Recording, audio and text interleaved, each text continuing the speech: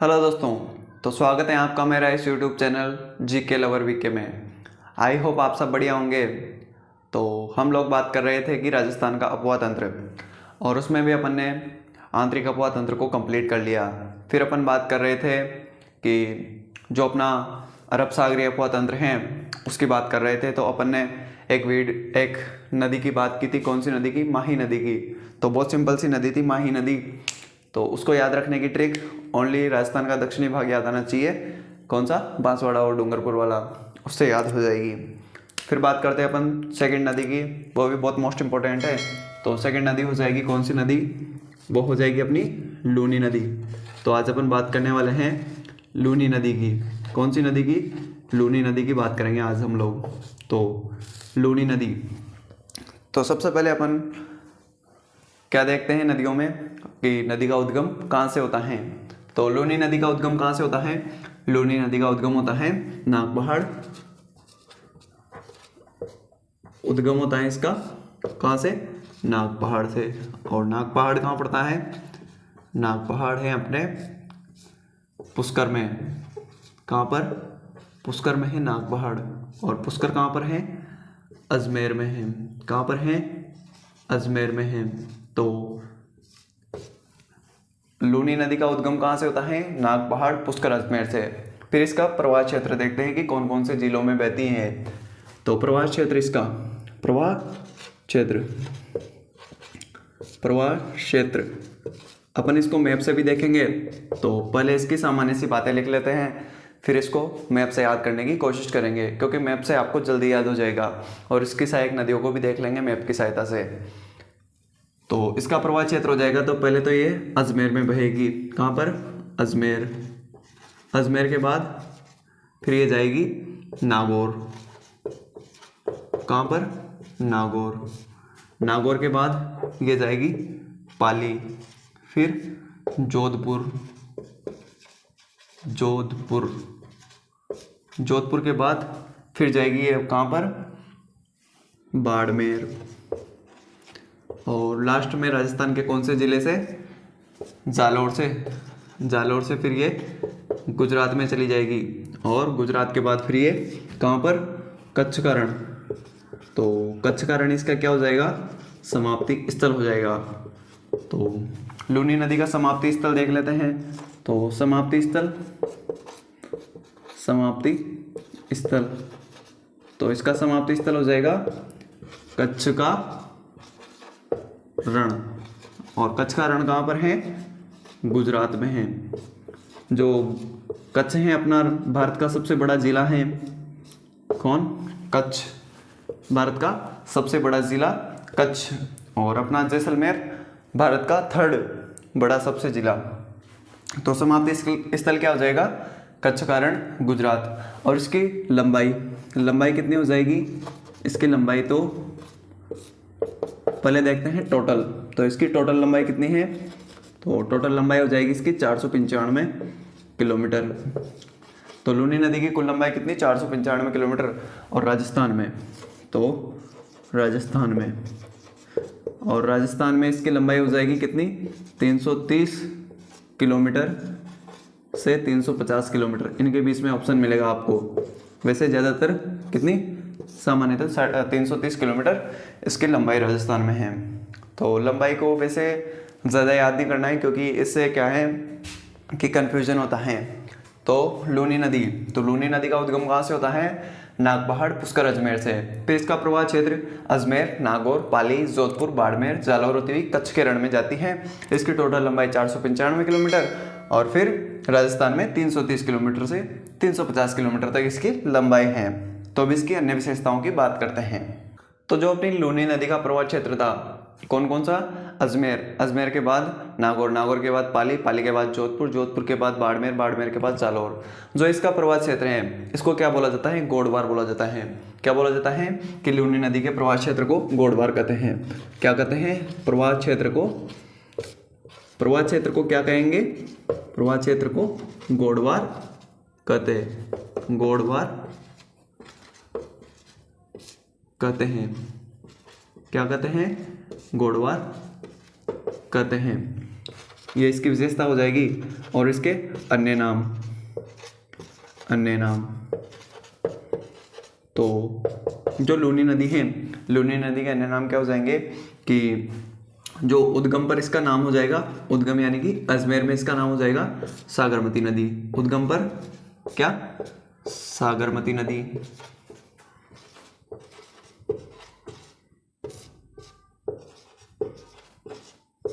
फिर होता है इसका सागरमती के बाद सरस्वती नाम हो जाता है। क्या नाम हो जाता है, सरस्वती।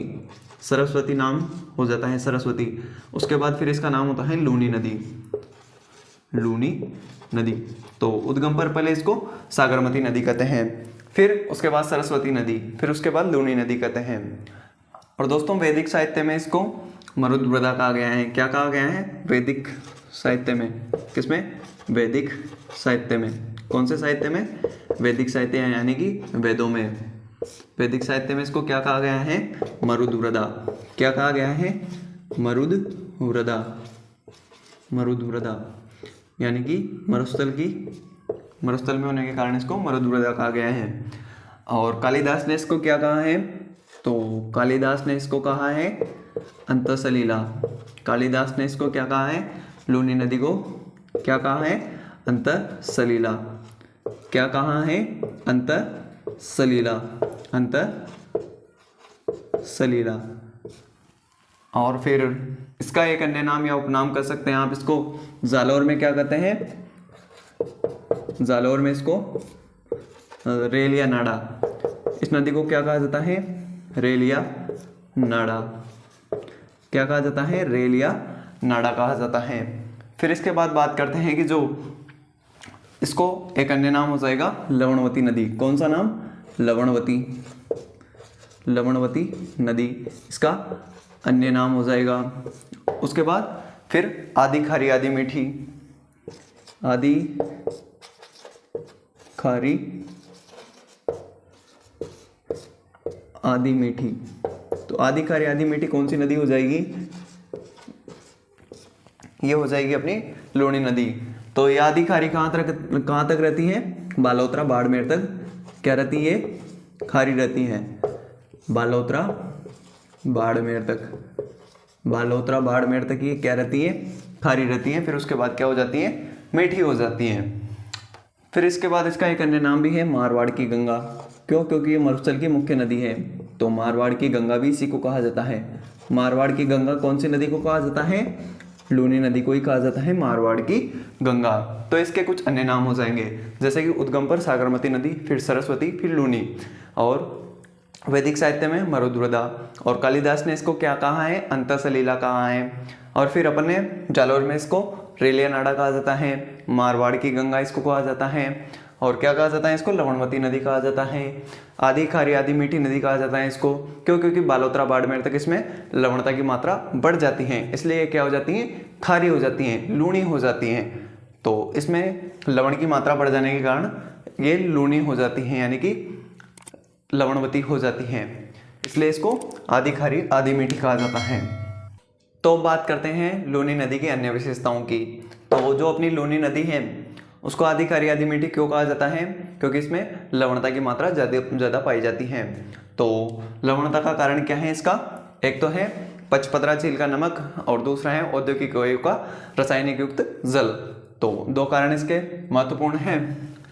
लवणता का कारण, इसकी लवणता का कारण लिखते हैं पहले, तो साथ के साथ नोट्स बना लेना आप चाहें तो इसकी लवणता का कारण हो जाएगा, पहला कारण पचपदरा झील का, पचपदरा कहाँ पर, बाड़मेर में, पचपदरा झील का नमक, पचपदरा झील का नमक, क्योंकि बालोतरा तक तो ये मीठी रहती है, उसके बाद फिर बाड़मेर में पचपदरा झील का नमक युक्त जल इसमें मिल जाता है।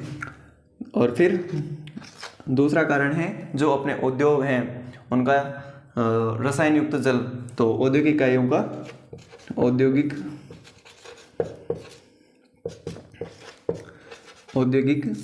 इकाइयों का रसायन युक्त जल, कैसा जल, रसायन युक्त जल इसकी लवणता का कारण है, रसायन युक्त जल और फिर इसकी एक और विशेषता है कि ये क्या है, पश्चिमी मरुस्थलीय जो प्रदेश है अपना, पश्चिमी मरुस्थलीय प्रदेश, उसकी मुख्य नदी है। तो ये है पश्चिमी मरुस्थल की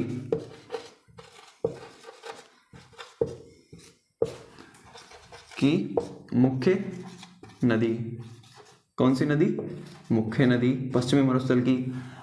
और इस नदी में जो प्राचीन काव्य है जिसको क्या बोला जाता है, बांगर, उसका विस्तार है। इसलिए यहाँ पर क्या होती है कि यहाँ की मिट्टी में उपजाऊपन नहीं है। क्यों? क्योंकि इस नदी का जो विस्तार है वहाँ पर क्या है कि प्राचीन काव्य यानी बांगर का विस्तार है वहाँ पर। तो लूनी नदी में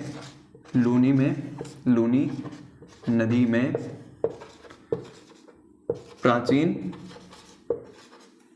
कांप मृदा। कौन सी मृदा? प्राचीन कांप मृदा, जिसको क्या कहा जाता है, बांगर। ये कैसी होती है? अनुपजाऊ होती है, का विस्तार है, इसलिए यहाँ पर खेती में उपजाऊपन नहीं है। और अब इसके किनारे के कुछ शहर देख लेते हैं। इसके किनारे कुछ मुख्य शहर बसे हुए हैं, उनको भी देख लेते हैं। किनारे बसे हुए शहर देख लेते हैं। अब किनारे बसे हुए शहर, तो पहला हो जाएगा कौन सा? तिलवाड़ा, बाड़मेर, बिलाड़ा, सांचौर कहाँ पड़ता है? जालौर में। फिर समदड़ी कहाँ पर? बाड़मेर। कौन सी दड़ी? समदड़ी। फिर अपना बालोतरा हो जाएगा,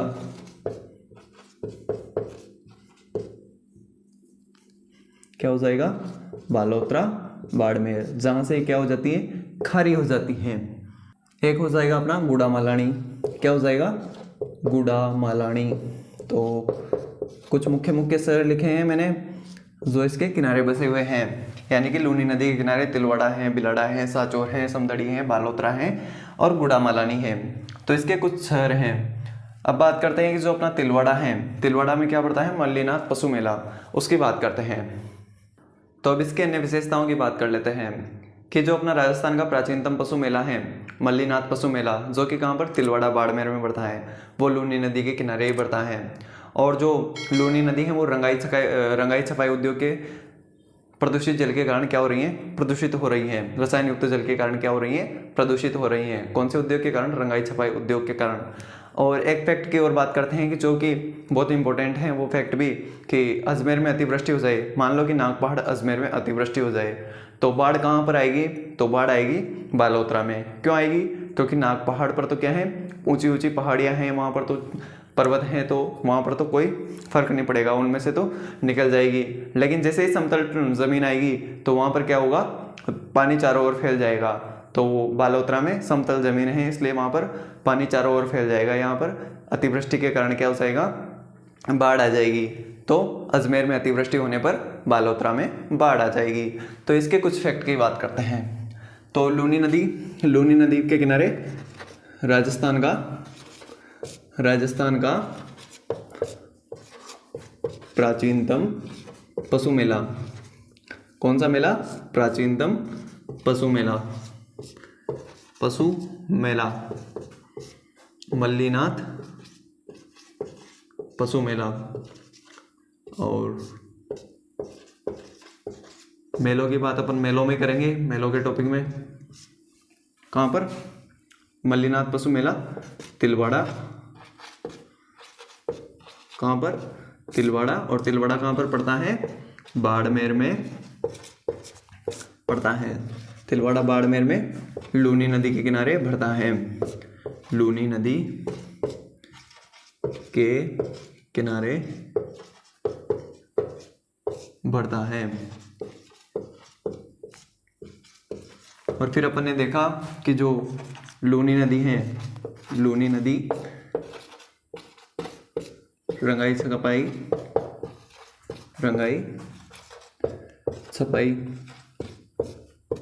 उद्योग। कौन से उद्योग? रंगाई छपाई उद्योग के रसायन युक्त जल रसायन युक्त जल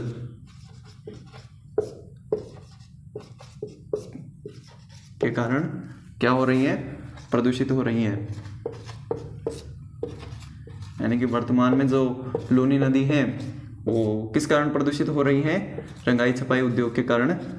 उसका जो प्रदूषित जल है, रसायन युक्त जल है, वो क्या होता है कि डायरेक्ट लूनी नदी में आके मिल जाता है, तो उस कारण ये प्रदूषित हो रही है।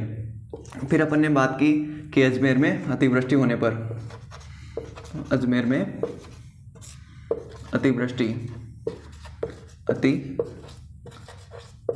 होने पर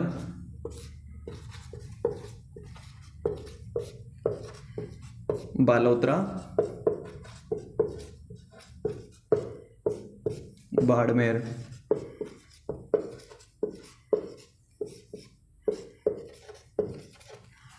में बाढ़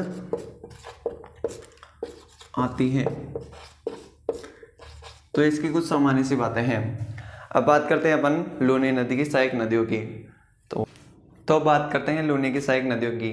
तो लूनी की सहायक नदियाँ बहुत ही सिंपल हैं, तो इनके लिए एक ट्रिक है। तो ट्रिक क्या है, वैसे आप इसकी सहायक नदियों को देखते ही पहचान जाएंगे, क्योंकि इसकी जो सहायक नदियाँ हैं बहुत ही सिंपल हैं। उनमें जोजड़ी, मीठड़ी, खारी, सागी, बांडी, जवाई, जोजड़ी, ऐसी कुछ नदियाँ हैं। तो ऐसे नाम अटपटे नाम हैं, तो आपको जल्दी याद हो जाएंगे और ऑप्शन भी राइट हो जाएगा। तो ट्रिक है कि लीलड़ी, क्या, लीलड़ी का जवाई। जवाई किसको बोलते हैं अपन, जो अपना पावना होता है, यानी कि जो अपना पावना होता है उसको जवाई बोलते हैं। लीलड़ी का जवाई जोजड़ी, किसकी सगाई में, जोजड़ी की सगाई में। तो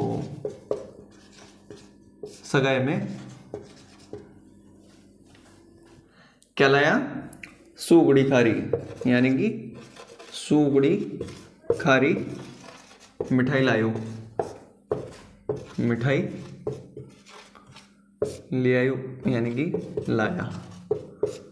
तो लीलड़ी की जवाई, लीलड़ी को जवाई, लीलड़ी का जवाई, जोजड़ी की सगाई में सूगड़ी खारी मिठाई लायो।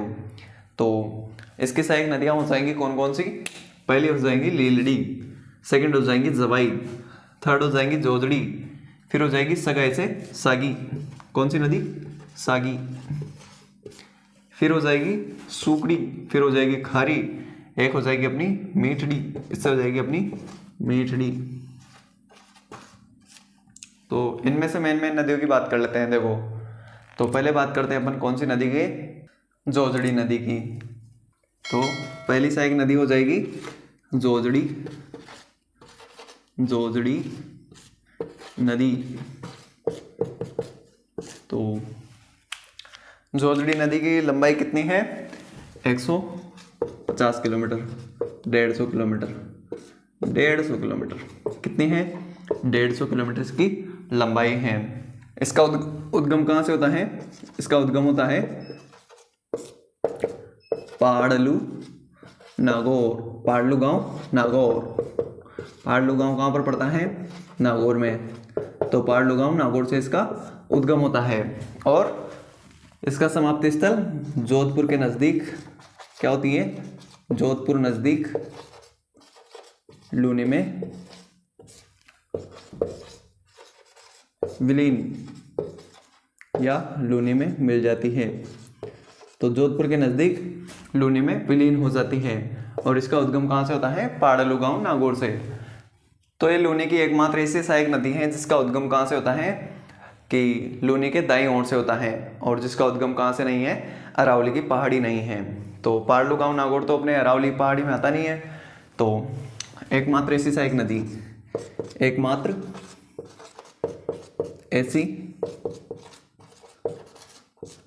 सहायक नदी जो कि लूनी के दाईं ओर, लूनी के दाईं ओर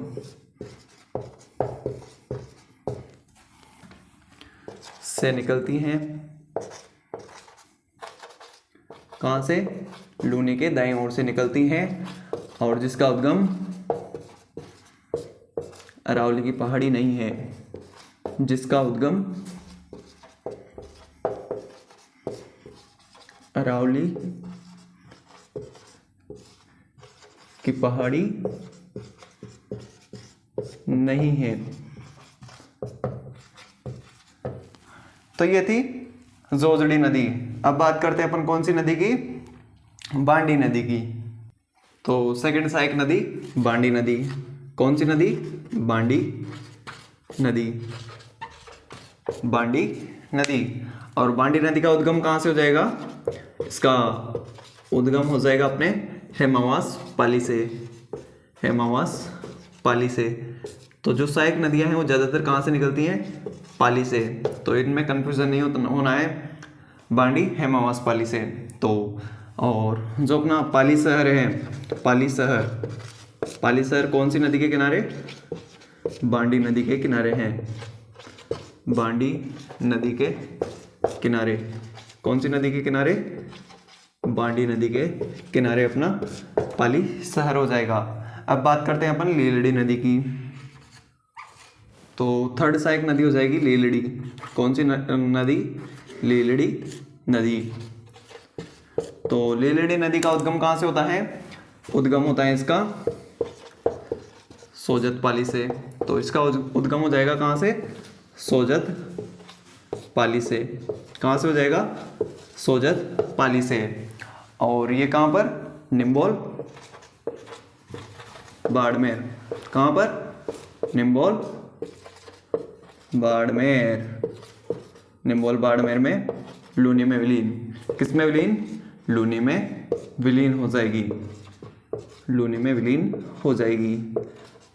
किस में विलीन हो जाएगी, निम्बोल बाड़मेर में लूनी में विलीन हो जाएगी। अब बात करते हैं मेठड़ी नदी की। कौन सी नदी की, मेठड़ी नदी की। तो चौथी सहायक नदी मेठड़ी नदी, मेठड़ी नदी। तो मेठड़ी नदी का उद्गम कहाँ से होगा, उद्गम हो जाएगा पाली से। यानी कि ज़्यादातर नदियाँ जो हैं वो कहाँ से निकलेंगी, पाली से, उद्गम पाली से। तो जो लूनी नदी है उसकी सहायक नदियाँ कहाँ से निकलेंगी, ज़्यादातर पाली से। तो ये कहाँ पे जाके मिलेगी, ये मिलेंगी मंगला बाड़मेर में, मंगला बाड़मेर, मंगला बाड़मेर में लूनी में विलीन। किस में विलीन, लूनी में विलीन। तो जो मेठड़ी है, मेठड़ी में देखो माँ आ रहा है, यहाँ पर भी माँ आ रहा है। तो माँ से मेठड़ी, माँ से मंगला बाड़मेर। और लीलड़ी, ल से लीलड़ी और ल से निम्बोल। क्या, निम्बोल। तो ये अपनी कुछ सहायक नदियाँ हैं। और इसके बाद बात करते हैं अपन सूकड़ी नदी की। अब बात करते हैं अपन कौन सी नदी की, सूकड़ी नदी की, सूकड़ी नदी की। तो सूकड़ी नदी कहाँ से निकलती है, सू से देसुरी, उद्गम कहाँ से, सू से देसुरी। क्या, देसुरी, देसुरी, देसुरी कहाँ पर, पाली से, देसुरी पाली से क्या हो जाएगा, इसका उद्गम हो जाएगा। और जो अपना जालौर है वो सूकड़ी नदी के किनारे बसा हुआ है। तो अपना जालौर, कौन सा जिला, जालौर सूकड़ी के किनारे हैं, सूकड़ी के किनारे हो जाएगा। और ये कहाँ पर, बाड़मेर में, बाड़मेर में लूनी में विलीन हो जाती हैं, बाड़मेर में लूनी में विलीन। किस में विलीन, लूनी में विलीन। अब बात करते हैं अपन कौन सी नदी की, जवाई नदी की। कौन सी नदी की, जवाई, जवाई नदी की बात करते हैं। अब जवाई नदी की बात करते हैं। तो जवाई नदी का उद्गम कहाँ से होगा, देखो पाली से हो रहा है ज़्यादातर नदी होगा, तो इसका भी कहाँ से होगा, पाली से ही होगा। तो पाली के बाली तहसील, कौन सी तहसील, बाली तहसील के कौन से गांव, गोरैया गांव, गोरैया गांव से इसका क्या होता है, उद्गम होता है। और ये लूनी की सबसे लंबी सहायक नदी है। लूनी की लंबी सहायक नदी हो जाएगी। क्या हो जाएगी? लंबी सहायक नदी। तो लूनी की सबसे लंबी सहायक नदी कौन सी हो जाएगी? अपने जवाई जी सबसे लंबे हैं, तो जवाई जी सबसे लंबे हैं, तो लूनी की सबसे लंबी सहायक नदी कौन सी? जवाई नदी। और ये कहाँ पर? सिवानागुड़ा। सिवानागुड़ा, सिवानागुड़ा, सिवानागुड़ा कहाँ पर? बाड़मेर। तो सिवानागुड़ा बाड़मेर में क्या हो जाएगी? लूनी में विलीन हो जाएगी। सिवानागुड़ा बाड़मेर में लूनी में विलीन हो जाएगी। किस में विलीन हो जाएगी? लूनी में विलीन हो जाएगी। तो इसकी कुछ सहायक नदियां हैं। फिर अपन एक नदी की और बात कर लेते हैं, लास्ट नदी की, खारी नदी की। कौन सी नदी की? खारी नदी की। तो मैंने बताया था आपको कि 4 प्रकार की खारी नदियां हैं अपने, तो लूनी की एक सहायक नदी खारी नदी भी है।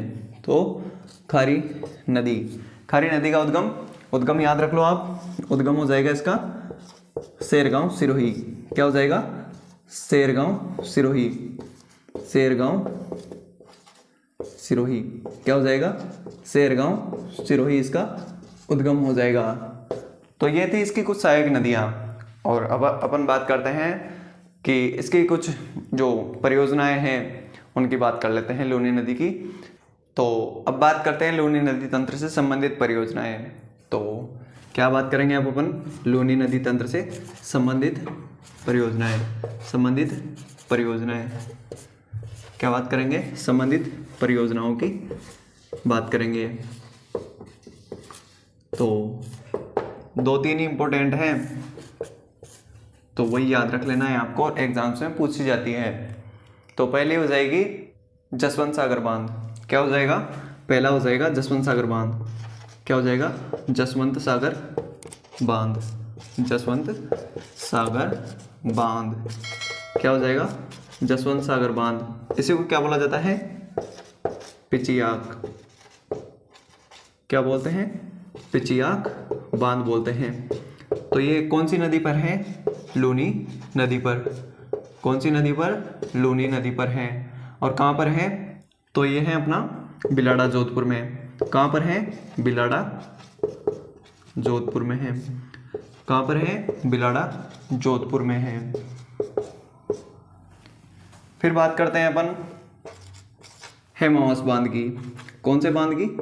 हेमावास बांध की। कौन से बांध की? हेमावास बांध की। तो ये कौन सी नदी पर? हेमावास से कौन सी नदी निकल रही थी? बांडी। तो बांडी नदी। तो बांडी नदी पर हेमावास पाली में। कहाँ पर? हेमावास पाली में। कहाँ पर? हेमावास पाली में ही कौन सा बांध है? हेमावास बांध है। तो हेमावास पाली में बांडी नदी पर हेमावास बांध है। फिर अपन बात करते हैं बांकली बांध की। तो बांकली बांध सुगड़ी नदी पर कहाँ पर है? बांकली जालौर में है। तो किसकी बात करते हैं? बांकली बांध। 3rd नंबर पर बांकली बांध। कौन से बांध की? बांकली बांध। और ये कहाँ पर है? ये अपने कौन सी नदी पर? सुगड़ी नदी पर। सुगड़ी नदी पर। सुगड़ी। तो ये कहाँ पर हो जाएगा? ये हो जाएगा बांकली जालौर। कहाँ पर? बांकली जालौर। तो बांकली जालौर पर, जालौर में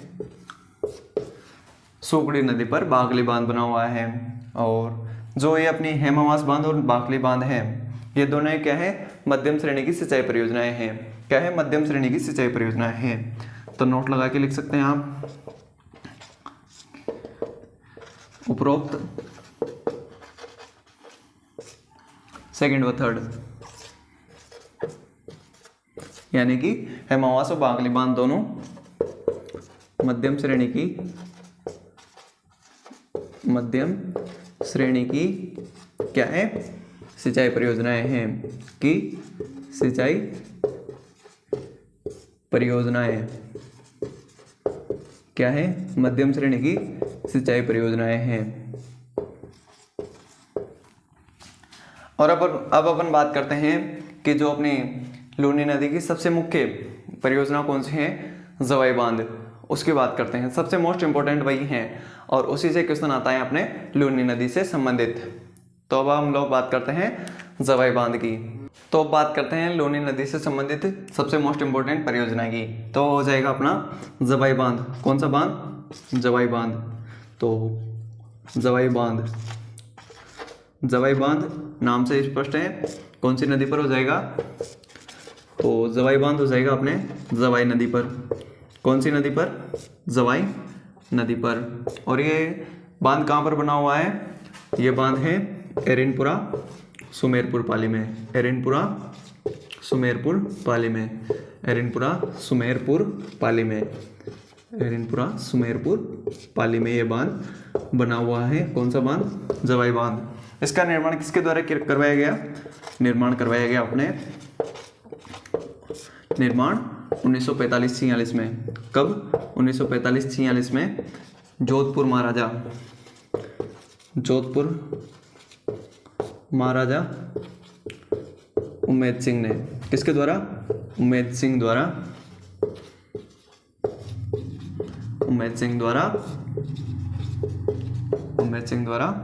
अकाल राहत कार्य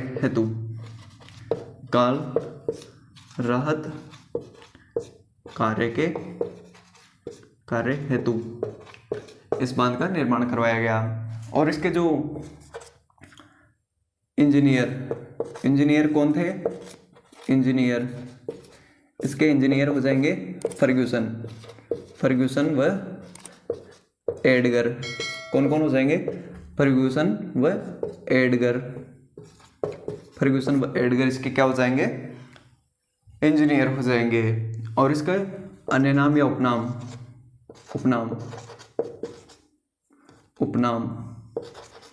तो पश्चिमी राजस्थान का सबसे बड़ा बांध, पश्चिमी राजस्थान या पश्चिमी मरुस्थल का सबसे बड़ा बांध या सबसे बड़ी परियोजना नहीं, सबसे बड़ा बांध और वृहद श्रेणी की सिंचाई परियोजना है। और इसे मारवाड़ का अमृत सरोवर भी कहा जाता है। क्या कहा जाता है? मारवाड़ का अमृत सरोवर।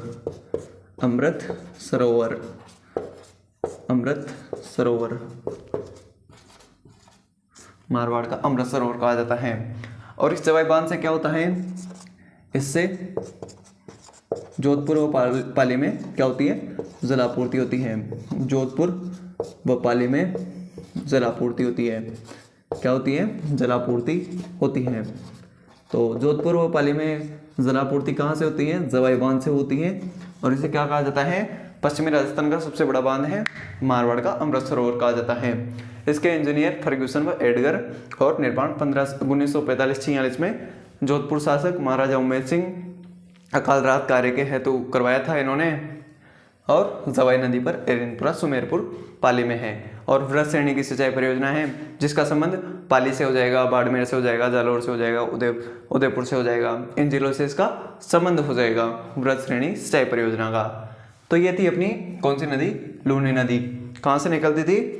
नागपहाड़, पुष्कर अजमेर से, अजमेर में बहती हुई फिर नागौर के बाद पाली के बाद जोधपुर के बाद बाड़मेर के बाद जालौर और फिर कच्छ के रण में चल जाती थी। 495 किलोमीटर इसकी टोटल लंबाई और 330 किलोमीटर राजस्थान में हो जाएगी। फिर इसके अपन ने कुछ विशेषताएं देखी, उपनाम देखे और इसकी सहायक नदियाँ देखी और इससे संबंधित कुछ परियोजनाएं देखी। अब मैं इसका मैप बना देता हूँ जिससे आपको ये जल्दी से याद हो जाएगी, ज़्यादा टाइम भी नहीं लगेगा इसको याद करने में। तो मैं जल्दी से इसका मैप बना देता हूँ। तो ये है अपना लूनी नदी का एक छोटा सा मैप। तो लूनी नदी कहाँ से निकलती है? नागपाड़, पुष्कर, अजमेर से निकलती है। कौन कौन से जिलों में इसका प्रवाह क्षेत्र है? अजमेर, नागौर, पाली, जोधपुर, बाड़मेर, जालौर और फिर कहाँ पर? कच्छ के रण में चली जाती है। इसकी टोटल लंबाई 495 किलोमीटर, राजस्थान में 330 किलोमीटर। और फिर उसकी कुछ सामान्य से विशेषताएं वो आपको याद करनी है। और फिर अपन ने इसकी सहायक नदियाँ देखी। तो सहायक नदियों में पहली नदी कौन सी नदी? जोजड़ी नदी, एकमात्र दाईं ओर से निकलती है और जिसका उद्गम कहाँ से नहीं है? अरावली से नहीं है। तो पाली नागौर से निकलती है और जोधपुर के निकट लूनी में मिल जाती है। फिर अपन ने बांडी नदी की बात की। तो बांडी नदी कहाँ से निकलती है? हेमावास पाली से निकलती है। और इस पर क्या बना हुआ है? हेमावास में हेमावास बांध बना हुआ है। फिर अपन ने तीसरी नदी की बात की, लीलड़ी की। तो लीलड़ी नदी कहाँ से निकलती है? सोजत पाली से निकलती है। और कहाँ पर मिलती है? निम्बोल में मिलती है। निम्बोल कहाँ पर है? बाड़मेर में। तो निम्बोल बाड़मेर में जाके इसमें लूनी में विलीन हो जाती है। फिर अपन ने बात की मीठड़ी नदी की। कौन सी नदी की? मीठड़ी नदी की। तो मीठड़ी नदी कहाँ से निकलती है? पाली से निकलती है। और कहाँ पर? मी से मीठड़ी और म से मंगला। मंगला बाड़मेर में जाके लूनी में मिल जाती हैं। फिर अपन ने बात की कि जो अपनी जवाई नदी है, जवाई नदी कहाँ से निकलती है? कहाँ से निकलती है? पाली के बाली तहसील के गोरैया गांव से निकलती है। और इस पे जवाई बांध बना हुआ है एरिनपुरा सुमेरपुर पाली में 1945-46 में महाराजा उमेद सिंह ने अकाल कार्य हेतु बनवाया था, अकाल राहत कार्य हेतु। और इसके इंजीनियर फर्ग्यूसन और एडगर थे। और अपन ने देखा कि जोधपुर पाली में इससे जलापूर्ति होती है। इसको मारवाड़ का अमृत सरोवर कहा जाता है, पश्चिमी राजस्थान का सबसे बड़ा बांध है। तो ये इसकी कुछ विशेषताएं थी। फिर ये जो जवाई नदी है वो बाड़मेर में जाके लूनी नदी में विलीन हो जाती है। और इसकी एक सहायक नदी सुगड़ी नदी। सुगड़ी नदी कहाँ से निकलती है? देसूरी पाली में। और इस पर बांकली बांध बना हुआ है। कहाँ पर? बांकली जालौर में। तो ये जवाई की सहायक नदी हो जाएगी। और जवाई की एक सहायक नदी है मथाई नदी। कौन सी नदी? मथाई नदी। तो मथाई नदी की क्या विशेषता है कि मथाई नदी के किनारे रणकपुर में जैन मंदिर बने हुए हैं। रणकपुर पाली में जैन मंदिर मथाई नदी के किनारे बने हुए हैं। तो फिर अपने लास्ट नदी की बात की थी खारी नदी। खारी नदी कहाँ से निकलती है? शेरगांव सिरोही से निकलती है और जालौर में जाके लूनी में मिल जाती हैं। और फिर अपन ने जोधपुर में एक बांध देखा था। कौन सा? जसवंत सागर बांध या पिचियाग बांध। कहाँ पर? बिलाड़ा जोधपुर में। तो ये थी अपनी छोटी सी नदी लूनी नदी। और सबसे मोस्ट इम्पोर्टेंट नदी भी है क्योंकि इससे बहुत ज़्यादा क्वेश्चन बनते हैं एग्जाम्स में। तो इसको अच्छे से याद करना और मैप से याद करोगे तो सब कुछ याद हो जाएगा आपको। नदियाँ, सहायक नदियाँ इससे कंप्लीट हो जाएगी। इसका स्क्रीनशॉट ले सकते हैं आप चाहें तो, और चाहें तो अपनी कॉपी में बना सकते हैं क्योंकि इससे बहुत ज़्यादा क्वेश्चन बनते हैं लूनी नदी से। तो लूनी नदी को अच्छे से याद कर लेना। अगली नदी की बात करेंगे अपन अगली क्लास में। तब तक के लिए thank you, tata, bye bye.